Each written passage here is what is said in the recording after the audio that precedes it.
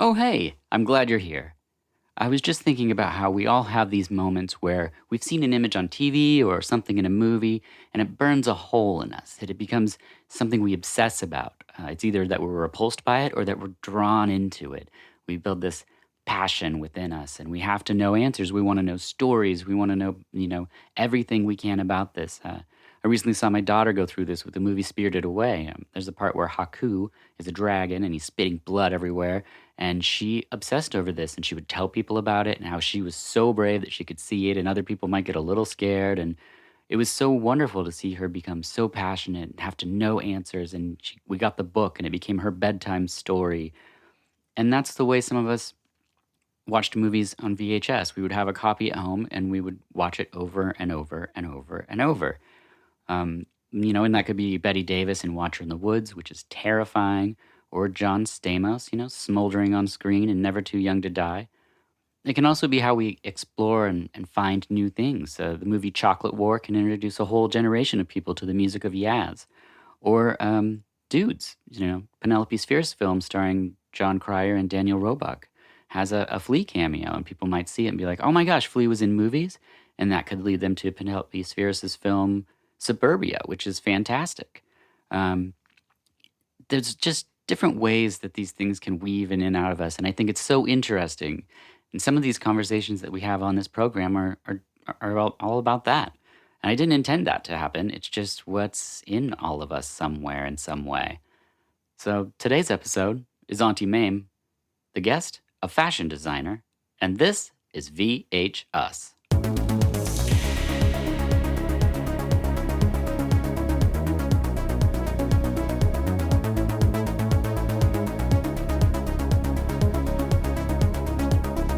Hello, and welcome to VHUs. I'm your host, Dirk Marshall, and I'm joined in the studio by Michelle Lesniak, who is a fashion designer. Mm-hmm. Thank you for being here. Thank you for having me.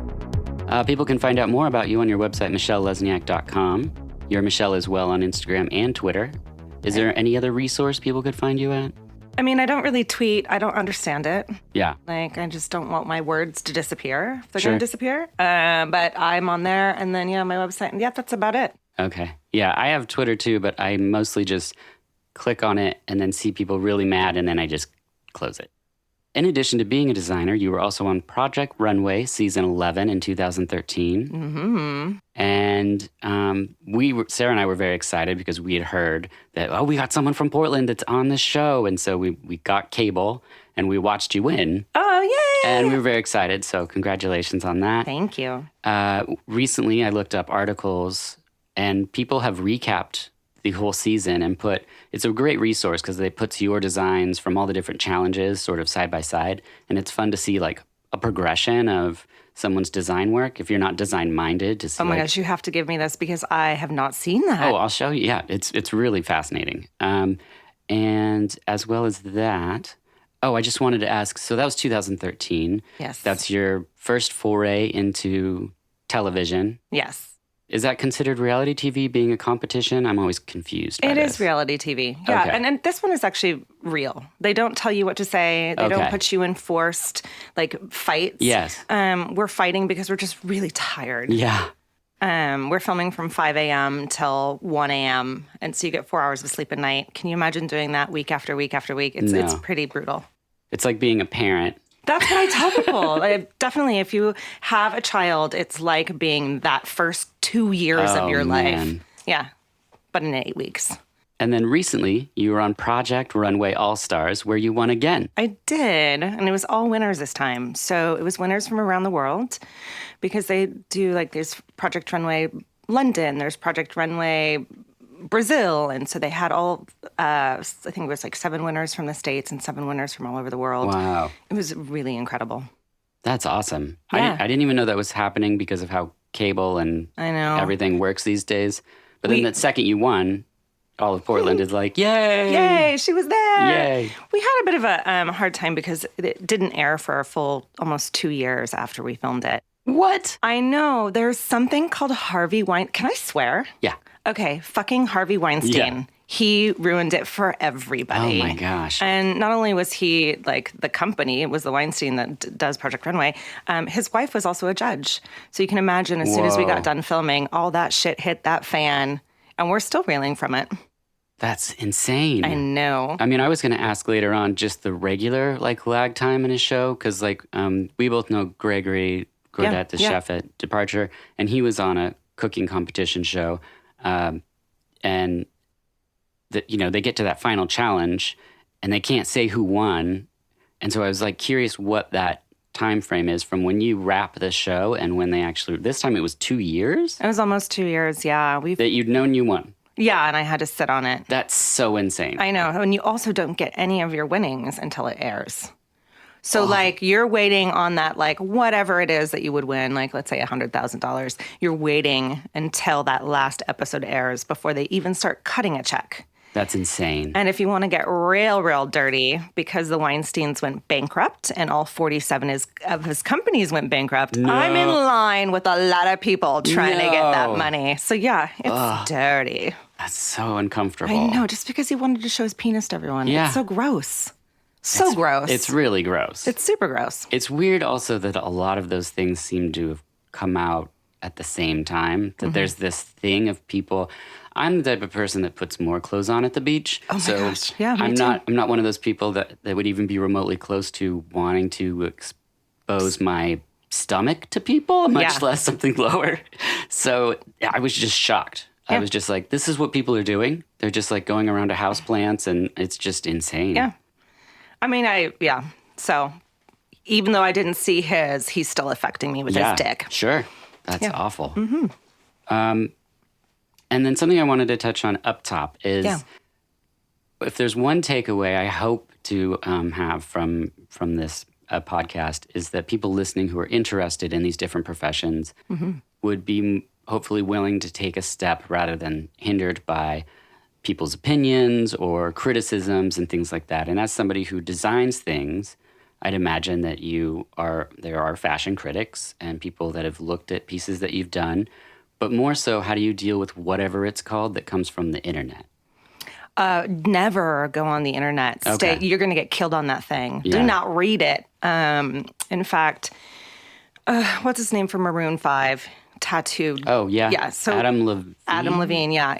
I was at a party once and he was there. This is not me name dropping by any means, but his advice to me was don't ever read the internet. Don't go on there. Don't see what people say because they're mean and they're hiding behind their computer. Mm-hmm. If people really want your work, they're going to buy it no matter what. And I don't love everything.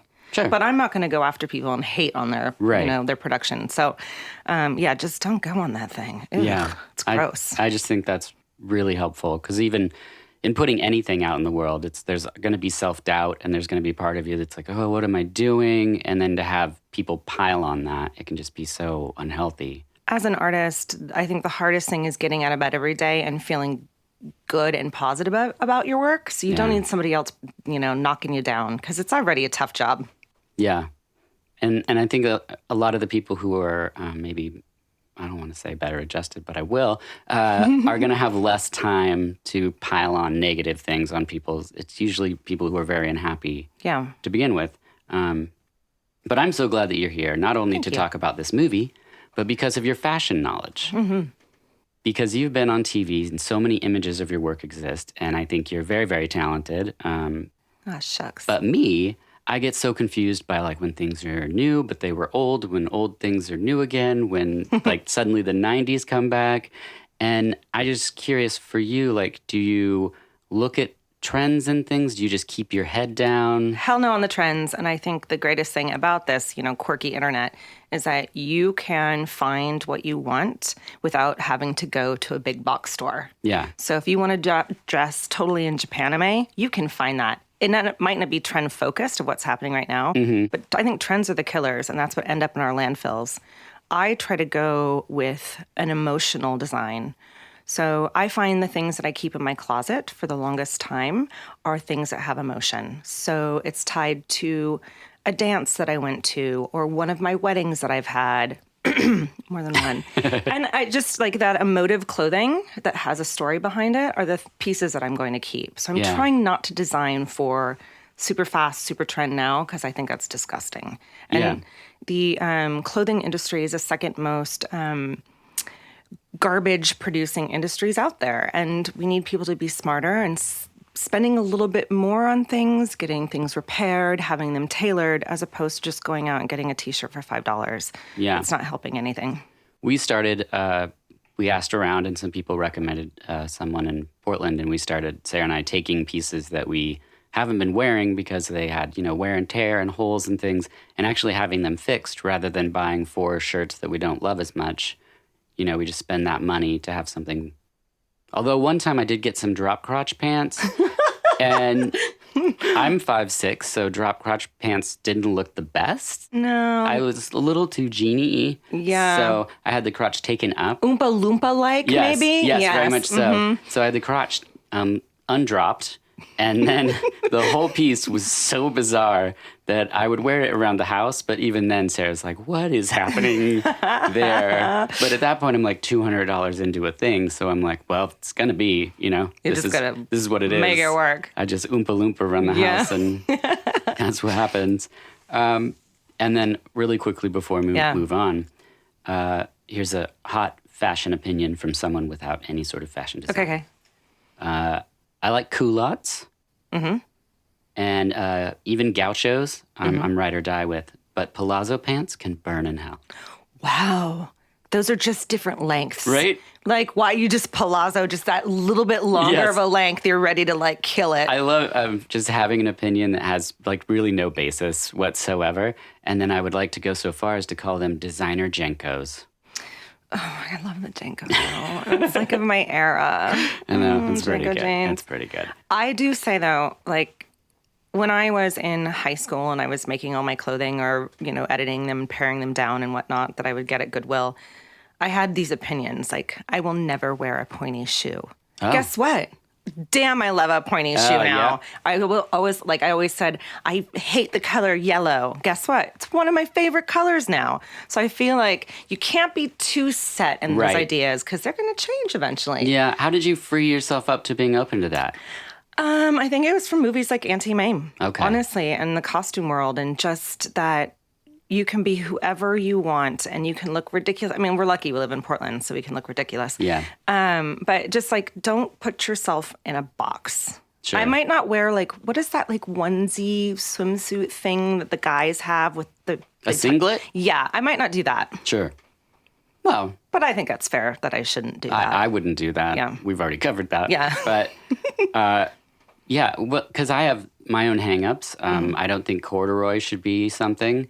I don't think people should wear brown pants. I think there's a huge difference between corduroy and denim because you can double down on denim, but if you double down on corduroy, you look like a couch. Yeah. I just don't think it's. But I guess I just need to be open. I guess because maybe one of these days, maybe 10 years from now, I'm going to see you walking down double down on their corduroy, and you're going to be like, oh, Michelle, I said I wouldn't do it, but now look at me. Yellow corduroy. I might even go that far. Oh, God, I love yellow. That might work, actually, in a suit. Okay, well, clearly those opinions that I have aren't grounded in anything. And if anyone has doubts about my fashion, you can check the Instagram hashtag 90sdirk, where I have documented my my 90s looks. There was a lot of very interesting ones. But we aren't here just to talk about my problems with boho fringe tops. We are here to talk about a film. And the film that brings us together is Auntie Mame. The premise of this program was that I interview a person whose profession is portrayed in the film. But when I reached out to you, you suggested this film because of its profound impact on you. Much so. And who am I to say no to that conversation? Mm-hmm. So I watched Auntie Mame for the first time. And I think it can be easily argued that the costume design work of Ori Kelly is an invaluable character to the film. Not only that, but the man that wrote this. So first we'll start with Ori Kelly. Yeah. He's known for some of my favorite movies, Casablanca, American in Paris, Some Like It Hot, where he dressed 2 men like women. Yes. Yummy. Gypsy, where he had to form her body because she was such kind of a little boyish figure, he had to make her look curvy. He was kind of a master at doing the fool the eye, the trompe l'oeil kind of things. Yeah. Oklahoma, don't love the movie, but the costumes were incredible. He's one of my favorite. He's my favorite costume designer, and he didn't start out in costume or in fashion, and neither did I. I went to school for fine art, as did he. And he left Australia to become an actor. Didn't work out for him. Started painting backdrops, and then boom, landed in some of these, like the biggest film career. Yeah. He has 300 credits on IMDb, my gosh. spanning from 1930 to 1963. He died tragically young. Unfortunately, he was an alcoholic, and liver hit him at a very young age. But his knowledge and what he does, and how Rosalind Russell in Auntie Mame is the aunt I always wanted and am to be. How old were you when you first saw Auntie Mame? It was probably in middle school. We always had Turner Classic Movie Channel on because even though there's a lot of dark things that they, move around in guises, it was like good for kids. Yeah. You can't tell what's happening. These are, it's all tucked in fancy wording. So it was always on, and it was something that my grandmother, my mother, and I could watch together. But Auntie Mame, oh man, the first time when she runs down that half spiral staircase with her cigarette lighter, and she's like, "I'm your Auntie Mame." Yeah.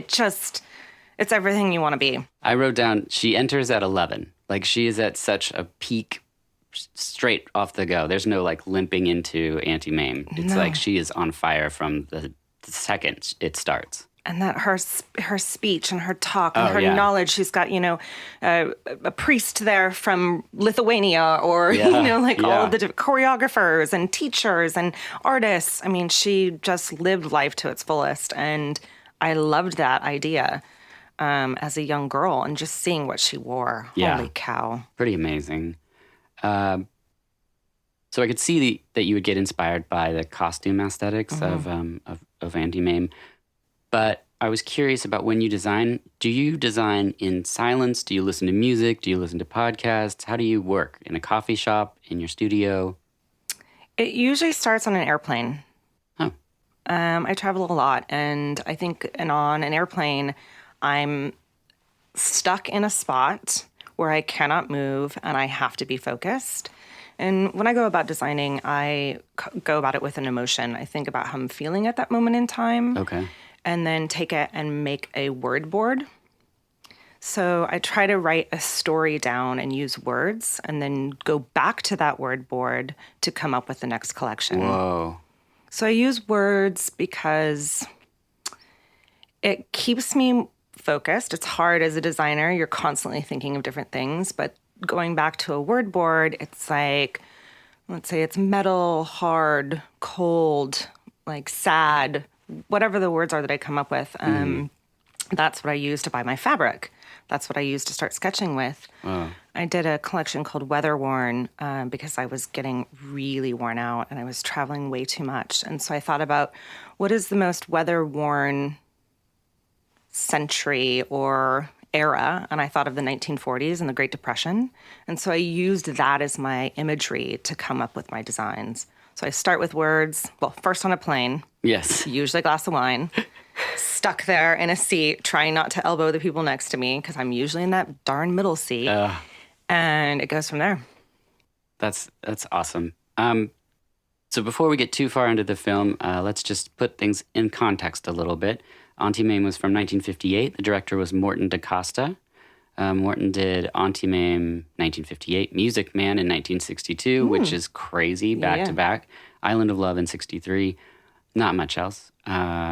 The cinematographer is Harry Stradling. He did, just to name a few things, A Streetcar Named Desire in 1951, Guys and Dolls in 55, Gorgeous. Auntie Mame in 58, Gypsy in 62. Oh, Ori Kelly worked on that one too. Yeah. So yeah. Island of Love in 63, My Fair Lady in 64, and Hello Dolly in 69. And Those are there's some big credits. Yeah, it's crazy. Actor, we got to start with Rosalind Russell. Oh my goodness. To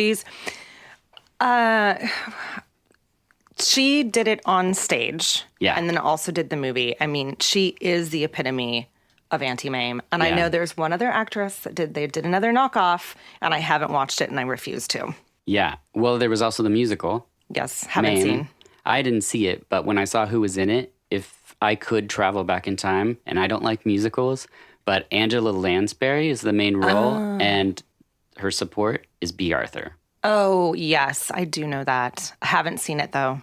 Yeah, I haven't. I just saw a still from it, and I would love to have.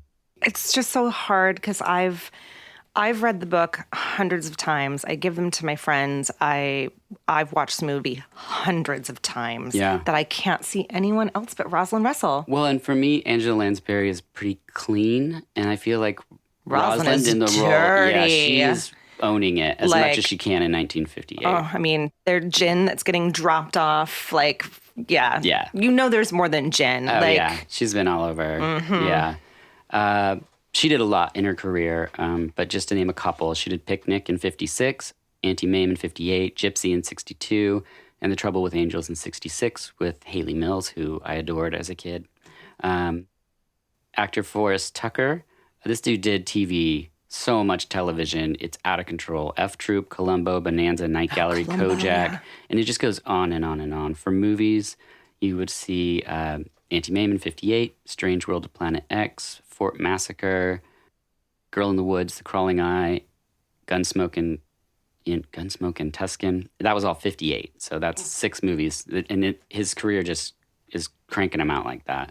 Also, Coral Brown and Fred Clark are in this movie, but I really wanted to move on to Peggy Cass.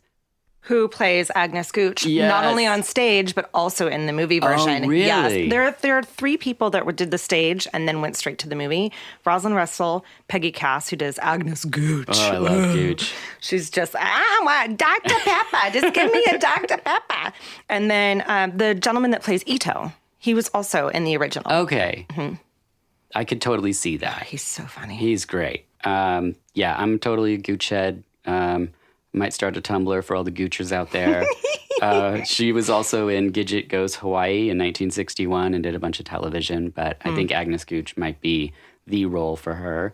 The film can be found on Amazon, Google Play, iTunes, and YouTube, as well as Blu-ray and DVD. I've got the DVD version, and then I also have it from Amazon because I always need it near me. And I'm not going to lie, I once did mushrooms and watched Auntie Mame, and it was even better. Was it in color?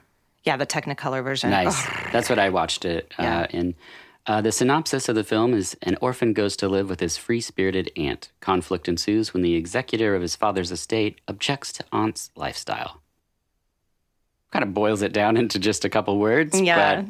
But, yeah, so where would you like to start?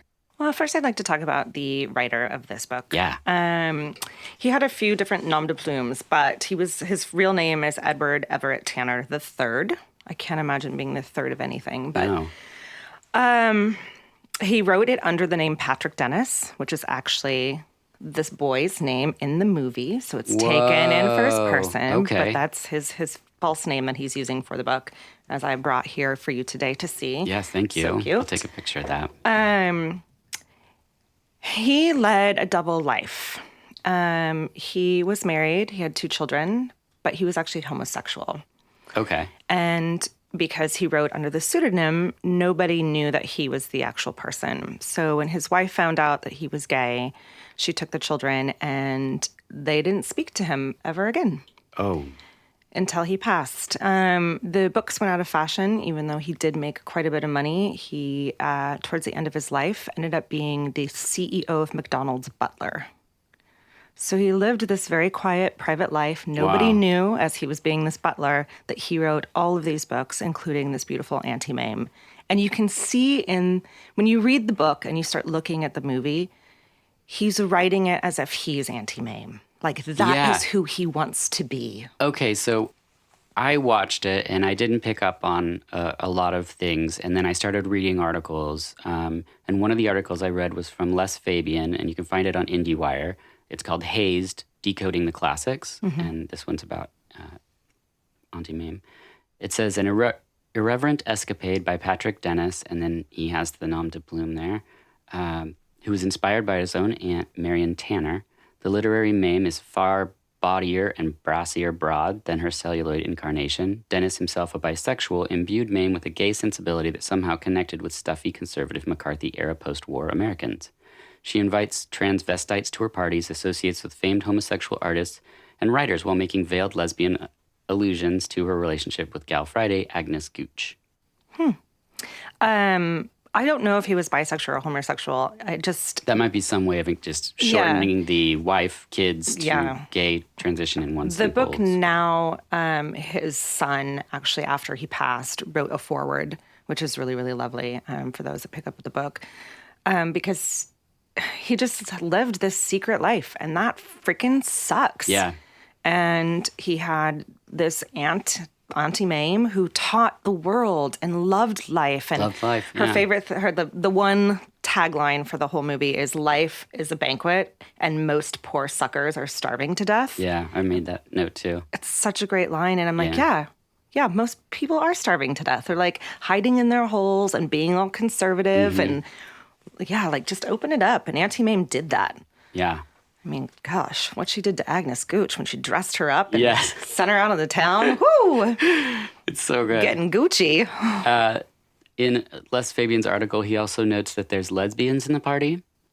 They're kind of tucked into the corners, he says. But for 1958 and the Hays Code being in effect, it is very notable that there are gays on screen. Yes. In a major motion picture. So I think I got goosebumps when I read that because I just... Like, they did it. Like, they got a representation on the screen, no matter how tiny it was. In 1958, that's pretty amazing. They also, Auntie Mame has her nephew, Patrick Dennis, write down lists of words that he doesn't understand. And there's like... Well, and you use words to design. Yeah, I do. Like narcissist and like heterosexual. And he's like writing down all of these very, very hot topic words in the late 50s. Mm-hmm. It's pretty mind-blowing how future forward that movie is. Yeah. Yeah. And just her entrance from the staircase, as you were talking about, she comes in and shakes hands with a monkey and doesn't even break her stride. Or it's just the monkey handshake was fantastic and a good band name. Really? Very, she's a very comedic actress. Yes. Yeah. She just nailed it. Oy. It's so good. And then there's so many quick jokes happening just constantly. And I love movies like that because you can continually rewatch and find things that you missed or jokes that they parked in certain places that have punchlines it's just so well crafted and coming from Broadway. Mm-hmm. That makes sense. Yeah. How she messes too at the end with, here's her nephew who's grown now and he's engaged to this, waspy girl who's lived in this like top drawer ghoul, and she has not lived and has not traveled. And Auntie Mame, how she like circumvents herself into breaking up their relationship is just brilliant. Yeah, it's so good. I actually made a top drawer note because everyone keeps saying, being top drawer or they're not top drawer. And I would like to pitch a program that you host where it's about if people are top drawer. And it could be a competition show, a design show where it's like, are you top drawer? And like, no, I'm sorry, you're just not top drawer. Well, what's in your top drawer? I don't have a dresser. Oh, you don't? Okay. Then I can't judge you on your top drawer. Yeah. What's your favorite drawer in the kitchen? Probably there's a drawer that's just like bento box tools because I like to make these very ornate lunches for my daughter. Yeah. Because she likes monsters, so I make like monster sandwiches and things like that. So probably that drawer because it's ridiculous and it's a bunch of things that like most dads, I would guess, wouldn't get excited to be like, hey, what do you want? And she's like, I want a mummy sandwich. And I'm like, cool. That's what will be in your lunch tomorrow. Creative. So that's what I like. My top drawer in my bedroom is a mixture of underwear that's really ill-fitting, handkerchiefs, and my passport. Like, I kind of tuck my passport in the back. It's like an erotic magician. Yeah. That's that one. And then my favorite kitchen drawer is definitely the one with all the sauce packets. Oh, yeah. Sure. That's condiments. Fun drawer. You can dress up your food. That makes sense. Mm-hmm. So Tab to eye. we covered the book to Broadway to film, but just for the years, the book was 55, Broadway in 56, the film in 58, the musical in 66. Ooh. How many books were there? Thousands. I mean, he was, I think, the first person to have 3 books on the top, or New York Times bestseller. It came out of fashion in like the 60s, 70s, and then it just recently came back.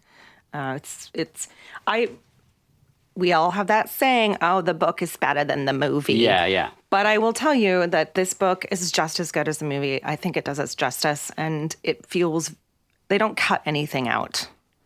It's the only time you can feel that. The movie's 2 hours and 20 minutes long. It's crazy. That fox chasing scene when she's on a horse. What was my that on? goodness! How did they do that on Broadway? That's what I have doubt they did it on Broadway. Okay, because there was scenes where I was like, this has to be just for the movie. Like where they're like, we've got to break it outside of this building, so we'll have her climb a mountain. Does that happen in the book? She does. Yeah, they do climb a mountain when Beauregard passes away. Yes, bye, Beau. Oh, bye, Beau. Poor thing. One step back too far. The beginning, just the opulent kaleidoscope, like beginning to the credits. Like from that scene, I was like, I'm in for whatever this is going to be. It's just gorgeous. When, at the very, very beginning, when Nora is bringing, which is Patrick Dennis's, like, I don't know, what do you call it, nanny? Yeah. When the nanny, she's Irish, is bringing him to Auntie Mame's house for the first time, and the door is like this oriental carved dragon, and like smoke snorts out of the door. It's just, oh, gosh, the art director did a really great job. Yeah, it's pretty amazing. I love that she holds the cigarette holder and she describes caviar as fishberry jam. Fishberry jam, yeah. Oh, man, that's fantastic. Poor little kid's never had his fishberry jam before. I like it. It's a little salty. They keep referring to each other as being hung. Oh, yeah. They're like, oh, I'm so hung. So I Googled what it means to be hung, and it's very graphic, and I don't think it's what they meant in 1958. So I know there's 2 times the Auntie Mame asks her nephew, did your dad ever talk to you? Right. And he goes, oh, every once in a while in the morning, he would say, pipe down, kid. Yeah. Your dad is hung. And then she says it at one point, too. And her friend says it. Yes. Vera. Yeah. Vera Charles. They drink a lot of like Manhattans at 9 a.m. I think morning time for her is 1 p.m. Yes. Yeah, that's so true. And then the first time they mention a designer dress, it's Maggie Roof. Which I'm not familiar with. So I looked her up, and she was a real designer. She's known for ruffles, shirring, and bias cut, and started a couture fashion house, Dracole. I did an image search. Pretty stunning stuff. But what is shirring? Shirring is where you take lots of different pieces of thread and you kind of weave it through the fabric and then you pull it together. So it's like almost like doing an accordion with fabric. Okay. Yeah, shirring. Got it. Accordioning with your threads. Shirring. Then most men don't. It's not like something you would see in gentlemen's clothing. No. Well, most gentlemen's clothing's pretty boring. It's true. Then we have Patrick making a martini. Oh, gosh, and he's like 8 years old. It's so great. And he says, stir, never shake. It bruises the gin, which I had to look up because I'm like, why do people always say that? And it's Does it really bruise anything? The word bruise they're using means it's changing the mouthfeel by aerating the gin, is what the bruising means. I never knew that. I just always heard that. But and I don't know if this is true, but I feel like the lighting cues in Auntie Mame are the same as they were in the play. Because you keep seeing, I mean, obviously some of it's going to be different, but the closing scenes, there's always this beautiful like fall of light just to surround her on a staircase in the gowns. And it's great because it gives you an extra moment to really appreciate what design went into these pieces. I've never watched a movie where I was, rather than writing down plot points and things, I was writing down costume changes. Yeah. You know, I was just, there's one part where I was like, now she's in a green number. Just like, I have no idea what that scene was about, but I was like, the whole time I was mesmerized by what she was wearing. And when they, at some point in the movie, the stock market crashes and she becomes poor. Yes. And you see in her clothing how that changes as well. She becomes a bit more dowdy, less show, less sparkle. Yeah. Which he was doing obviously on purpose. And that Christmas scene where Oh my gosh. she's going to go out to dinner and she picks up that little crappy plastic tinsel and she puts it on her head. Ugh, Yeah. just magic. When the people that work for her, Ito and Vera. their kindness in that scene, I had like Or Nora. tears welled up in my eyes. It's so sweet that these people care so much for her. It's just, yeah, it's fantastic. Sweet little movie. And I try to be, I mean, I'm not as flamboyant as Auntie Mame as opposed, well, I don't know, today I look like a crazy person. But I try to be an Auntie Mame for my nieces and nephews. Yeah. You know, I give them the weird gifts and I take them out to have sushi for the first time. I take them to have fishberry jam Yeah. to like really open up their idea and their world. Possibilities. Yeah. That's great. Because I have the joy of being able to do that. I don't have children. Right. So I've got more energy. Yeah.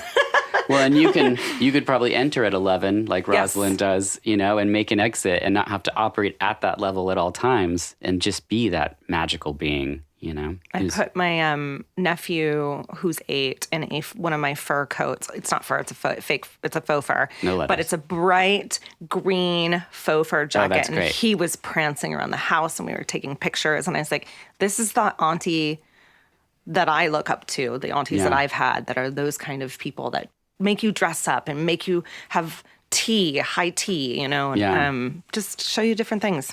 I grew up in a small town 2 hours south of here. And so the goal every time was always to get to Portland. And we would come here in the 90s and go to stores like Big Bang. Oh, yeah. And I would put on like the pink giant fake fur coats and be like, oh, this would be so great if cowboys wouldn't beat me up for wearing this in my small town. London Underground. Yes, London Underground. I mean, Ozone. I loved Portland in the 90s, like so hard. What Like town are you from? Springfield, Eugene. Yeah. My husband's from Forest Grove, and so he would take the hour-and-a-half bus to get to Portland so he could skate and hit up all those things. Yeah, our theater program would go see plays up here, and when we would come up, we'd have an hour for lunch, and I never ate. I ran to Big Bang and Crocodile and Second Avenue and Ozone and My goodness. Yeah, we're later the same age. Mag Big. Yeah, Mag Big. Yeah. Which you had work at Mag Big at one point. Yeah. And two of the ladies, I think it's two ladies, Yes, they are. were in, I think, Preservation Society with Sarah, and that's who told us that you were in the Project Runway. Oh, yeah. So that would have been Cassie and Amy. Yeah. I forgot about that. Great girls. Yeah, Sarah was like, so that's how we found out about it. And I'm like, oh my gosh, that's so crazy that like they were selling some of your work, and that's the story that came out, and you won. And I did. That's awesome. I did. Other outfits I'd like to mention, there's a blue gown with jewelry that's incredible when there's the big double cross and Patrick is taken to. Yeah. Then there's the bells with the red outfit and the gray furs on stage. I love that whole sequence with the bells. And they get stuck in another costume and they're making all this jangling, and it's So supposed to be a loud. very, very serious moment on stage. Wow. I loved it. So good. The circuit board scene, it's short, but it's like one of those pieces that Lucille Ball would have had in a movie where it's just like she's hooking up all the different chords and they're going to the wrong calls, and then there's just like this brief little moment. It's, Yes. I can't even say so all the good. names. and then she says, Christmas isn't until Tuesday, and she says, we need it now, so let's have it. And I love that because she is all about living, and she's like, if this is what we need right now, then let's celebrate. It's so wonderful. Yeah. It is such a great movie for any age. I mean, there's definitely going to be words that may be a little too big for a child. Sure. Like, you know, I don't know, Nietzsche. I don't know if your daughter knows what Nietzsche means. My daughter doesn't. No, but it's in there, and then you can talk about things, and it's a very, very sweet movie. I mean, there is that one weird school that he was going to at some point where they were nude the whole time. Yes. It is very bizarre when they recount that. But it's a different time. This was a different time. And Auntie Mame was progressive and looking to do stuff in the future. I got so nervous when they said the film was going to a plantation. But then I was like, there's probably not a huge intersection of racism and fashion design. There is racism in the movie, but not by Auntie Mame. Right. It was no. the anti-Semitic. Yeah, but I was watching from the fashion design Oh, yeah, aspect, yeah. so then I was just hoping that you weren't going to be like, there's so much racism in fashion design. Yeah, there's racism everywhere. It sucks. That's so I know. We need to move forward want from like. somewhere where the people are like, no, we're just all really creative and we get along. Well, I would say my group of friends are really Okay. creative and get along, and also really, really, really close. One thing that's great about Portland, as well as other Project Runway designers, is that we all support each other. And you could that. be having a really bad day, and I could send out an email or a text to one of my friends and being like, I don't know what I'm doing today. I'm sitting here amongst all this fabric and I'm crying. And they will reach out and be like, no, you got this. Like they that's send the great. hug. Portland is really great about that. And then my Project Runway family is as well. And now around the world. And now around the world. I know. so So fantastic. I've got couches to sleep on. Yeah. I think the next couch is I'm going to go Amsterdam. Yeah. Amsterdam, yes. I'm doing that. And then where else am I? Well, Australia, it's such a long flight. Yes. But I've got 2 couches there. And hey, because I can only be there for like 3 days and then the Right. fish starts to stink and they're going to want to kick you off the couch. So That makes sense. Moving up to one more fashion question. Yeah. What is up with men's shapeless boxy clothing? Are you like thinking like, Men's jeans, why do they just stovepipes that go straight down by and large? I mean, I have skinny jeans, but like when you look at just guys buying jeans, they're these like super dated. There's no shape to it. I'm just so confused. I think it's because it was easy. It's just what people will wear. And it was what people were and they wearing. don't have to think about it, I guess. Yeah, and a lot of it comes out of, denim was made for workwear. Right. So if you think about the workwear fashions and what they needed to wear, were a little looser. The knees were reinforced and that kind of shape, think of Carhartts. Yeah. That is that, like, it's a big baggy mess Yeah. of really Maybe it's thick fabric. the Portland in me, but I don't think of guys when I think of Carhartts. No.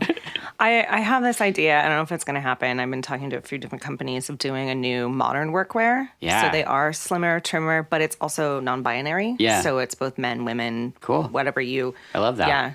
Cut a little thinner, but still you can work in them and look fashionable because we all want to look nice, right? Yes. I mean, I try. The Hunt Pin Me series, Fox and Horn, which is yours, was it connected in any way to the Fox and Badge in the Hunt scene of Auntie Mame? Reaching I think maybe bit? I'm reaching a little Okay, bit. I okay. mean, maybe that was in the back of my head, but I always find that, like, I don't know. Once again, I go real personal when I do these collections, and I, at that point in time, you want to get deep? Yeah. All right, here we go. So at that point in time, the Pin Me Pierce Me, I was engaged, and that engagement did not work out. Okay. And in the 1950s, gentlemen would give a pin as a promise. Like, this is a promise of us getting married. And so this pin pierced me. Yeah. And so I used that as a way to get that kind of emotional energy out. It's one of my favorite collections. It's pretty dark. They tend to go really Yeah. dark. I don't But know yeah, if it really looks darker. But yeah, it works for me. one of the things that is in one of the articles I saw where they were comparing your different designs from, or not comparing, but just setting them up next to each other, was the Bleeding Heart Yeah. design. And I don't know if you remember it this way, but a lot of the judges were very, very excited about that design. I still get 10 to 15 emails a day about it. That's great. And That's so fun. it's hard because the sweater would be like $700 Sure. to make. So I do some screen printed T-shirts of it, and I think all of us have a bleeding heart, and I think it feels good to wear it. Yeah. Show it out loud. Be proud of it. Her white hat with berries on the cruise was another piece that I saw, and I was just like, that's incredible. That cloche with those cherries, it was so good. The costume changes as they celebrate their marriage. He just like throws in a bunch, like there's not even scenes to it really. It's just like bam, bam, bam, just beautiful work, one after another. She also does a lot of, like, when she's traveling and they're going to, like, Bali or wherever they're going, Indonesia, she wears a lot of culturally Yes. appropriate Yeah. clothing for that time. And Yeah. even when her house is getting redone and she's got Yeah. kind of this Indochine look happening in the house. And yeah, it's fantastic. It's stunning. Yeah. Well, and I feel like in that film, it's not an appropriation as No. much as she is like A celebration. Yes. Yeah. She's celebrating. Yeah. And there's a huge difference to that. Agreed. Let's see. It's a conversation that I have a lot with other designers about, because I look to I did a series of work based on the hanbok, the Korean hanbok, and no one would know that. What is a hanbok? A hanbok is a traditional dress that's worn. There's a cropped jacket over kind of a bigger skirted dress. Okay. Oftentimes for weddings or celebrations. And I used some of that silhouette, and I've had many heated conversations with other designers about if I am appropriating or if I'm just using it as an inspiration. And I don't think anyone would look and be like, she based that off a hanbok. But yeah, it's a heated topic that I have constantly. The thing I like in creative things, art, music, film, is when the person who's creating it, designing it, directing it, writing it, has the conversation of where inspiration comes from. It feels like it's less of an appropriation because they're not trying to hide something. Yeah. You know, like whereas you'll see like maybe a scene in a film and you're like, oh, that's from this. And then the director's like, oh, I did it. And you're like, but it would be much easier just to pay respect to source materials and things, you know? Because, I mean, everyone gets ideas from different places. It's just weird when people pretend like, I invented this thing. And clearly... There's no inventions anymore in fashion. Right. And if there is going to be one, a new zipper. Come on, these things are crap. Yeah. I mean, that's what we keep replacing. There's all those zippers. Let's see. Then I just have a few things before we move on to final question. Let's see. Michael gets to go to India at the end of the film. Or Patrick. No, Michael. No, Patrick. Wait. I thought Patrick was grown up then, and Michael's their little boy. Oh, yes. Yes. Is that right? Okay. Just making sure I didn't get the names mixed. Yeah. But the last person that went with her on a trip died, so I didn't know if it was the best choice. The way that they had him die, too, is pretty funny. Yeah. Like, it wasn't like... It was like echoing. Yeah, and she it's pretty... I don't know. They had to move along at a fast pace because they had to have the whole writer section and this whole winter thing. And the writer section, I mean... It was a little boring. It was a little drab. I mean, we don't want to see her that way. We want to see her celebrating and not being drugged down by this asshole. But she did hook up. I mean, Agnes got impregnated by that writer, so she hooked that up, and I thought that was pretty funny. That's true. That's true. Any final thoughts before we move on from Auntie Mame? I think my favorite outfit, if anyone does actually watch this, is the first one when she shows up in that orange and she comes down the stairway. Yeah. It just exuded elegance, but so future forward. Yeah. That was my jam. That's the number one. Mm-hmm. Are there any common misconceptions about being a fashion designer? That it's glamorous. It's not glamorous. It's so much hard work. Yeah. Yeah. And if you're a designer, you're the first one to show up and you're the last one to leave. It might look great, but it's really hard work. And the business side of it is the most important. And people don't take business classes. Oh, yeah. And fashion shows are for ego, but they don't make you shit. That was my next question is what is it like to put together a fashion show? It's in some ways it's enjoyable because I get to tell a story and I try to tell a story. I usually go out on stage before it walks and I give a little something. Like a speech? I give a little speech to kind of like bring it into context so people also to get them to shut the hell up because they're usually drunk. Sometimes I sing. I sang Bang Bang for one show, which was everyone started singing with me, which is pretty amazing. That's incredible. And then I usually have an artist here in town or somewhere that I know do the music for me. So we really like collaborate. I think collaboration is really important. But is it usually the Dandy Warhols? It has never been the Dandy Warhols. That's my Portland pull. I've used a lot Milo Hayden. I don't like lyrics in my music because people start singing it and like whatever, and I prefer to have them just like sit and focus and make it cinematic. Like I want to tell a story when it walks. And what else? I don't do them much anymore. A lot of these times, the fashion producers that are putting on these shows, they charge people. Okay. And we're talking like $5,000 and up. Oh. And I always refuse because I have a really great, very wise friend that said, it's against my company policy. And you know what? Nobody needs to know how big your company is. Yeah. It could be just you. Mm-hmm. And so I've been saying it's against my company policy for years. And I try to teach and tell other designers that are new and getting up in the business that it really isn't worth it. If someone's trying to charge you $5,000, they're trying to make money off of you. Right. And that's the wrong way to go about it. Yeah, that's really important. What is a good day like for you as a fashion designer? A good day is waking up, getting into my studio, and feeling inspired. And I think of anyone that's creative, that could be one day out of the week. Because it can be hard. There are dark times where you're sitting there and you're like, I don't feel motivated. A good day is, I just had one in St. Louis. The Missouri Historical Museum hired a bunch of designers to take a piece out of their collection and use it for inspiration. So I was able to see my work in a museum setting next to the inspirational piece. That's a really good day. That's incredible. That's a good day. Because I went to art school. I didn't go for fashion. So to be able to have a piece in a museum, you're like, dang, it did work out. Yeah. Thanks, really expensive art school. Do you ever look back at pieces and go, oh no, a gathered neck button keyhole faux leather cami with beaded fringe. What was I thinking? No. Okay, I did look up all those things. So Yeah. those are real things that hopefully would never be put together in one piece.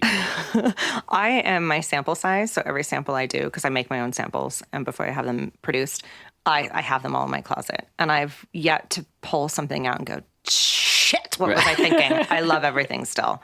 So that's great. good. What's your favorite thing about being a fashion designer? Taking a piece of fabric that is flat and just sitting there and turning it into a three-dimensional piece. It's by far my favorite thing. And I can walk into a fabric store and pull out something. I know exactly what it's going to be. It just pops in my head. And I think that's why I did well at reality TV. Yeah. In that competition setting, because it comes to me, it's in my brain, I can push it out. Do you have any advice for people that might be interested in fashion design? Because you found it in a different way than... Totally. Yeah. Yeah. I'm self-taught. I didn't go to school for fashion. You also worked in wine for a while? Yeah, I was a somm for 10 plus years. Wow. Yeah, did winemaking. I think the biggest thing is being a self-learner.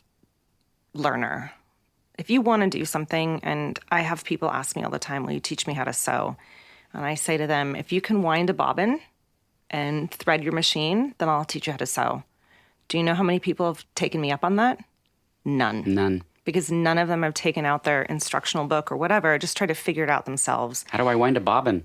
Exactly. Yeah. And I think in any industry, if you can't jump in and figure it out yourself, then you're not going to be good at it. And you have to have that confidence, and you have to learn how to make mistakes. Yeah.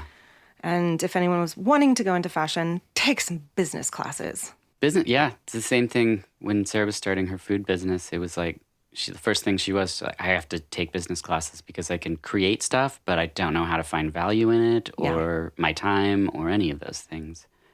Do you care to name drop any people in fashion that people can check out? Because we'll tag everything up in the post. Definitely, Alter, they're, it used to be Magbag, but Alter on Hawthorne, they're the women that run it, and that's where I get all my jewelry in town. That's where I get most of my clothes if I'm not making them. Really, really great. Whom else? Wear More. Wear More. She is on 28th off of Burnside. Also another talented woman here in town. Kind of caught me off guard. I'm going to think about who else I want to it usually does when I catch people, because I'm like, anybody you want, and they're tagged in the thing, so... who else do I love?